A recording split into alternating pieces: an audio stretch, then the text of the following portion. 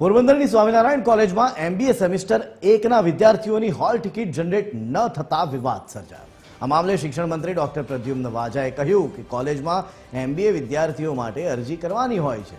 Affiliation આપવાની છેલ્લી તારીખ પસાર થઈ જતા વિદ્યાર્થીઓ પરીક્ષામાં બેસી શક્યા નહોતા। આ અંગે અમે ભવિષ્યમાં વિદ્યાર્થીઓના હિતમાં યોગ્ય નિર્ણય લઈશું। GTUના રજિસ્ટ્રાર KN ખેર પણ આ સમગ્ર મામલામાં આવ્યા છે સામે અને તેમણે કહ્યું કે કોલેજે નિયમ મુજબ ACPC દ્વારા એડમિશન અપાવવાને બદલે જાતે જ એડમિશન આપી દીધા અને AICTE પ્રોસેસ પૂર્ણ કરી નહોતી,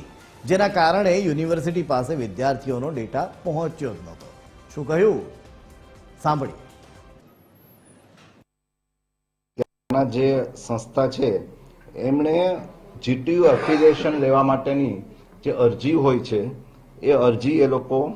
નથી કરી સમય મર્યાદામાં અને જે તે વખતે જે એફિલિએશન આપવાની જે આખરી તારીખ હતી એ 31 જુલાઈ 2025 હતી અને પ્રવેશની જે આખરી તારીખ હતી એ 15 સપ્ટેમ્બર નિયત કરવામાં હતી અને એ વખતે જે તે સંસ્થાને પણ અહીંથી આપણે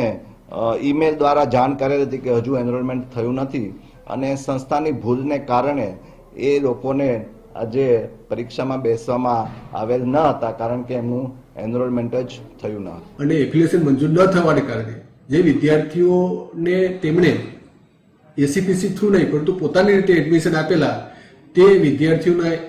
લિસ્ટ એ યુનિવર્સિટીને ACPC દ્વારા મળેલ ન હતું, કેમ કે જ્યારે યુનિવર્સિટી દ્વારા એફિલિએશન લેટર ના આપવામાં આવે ત્યારે ACPC પણ એવા વિદ્યાર્થીઓને એડમિટ કરતી નથી। તેને કારણે સંસ્થા દ્વારા AICTEનો એક્સપ્રેશન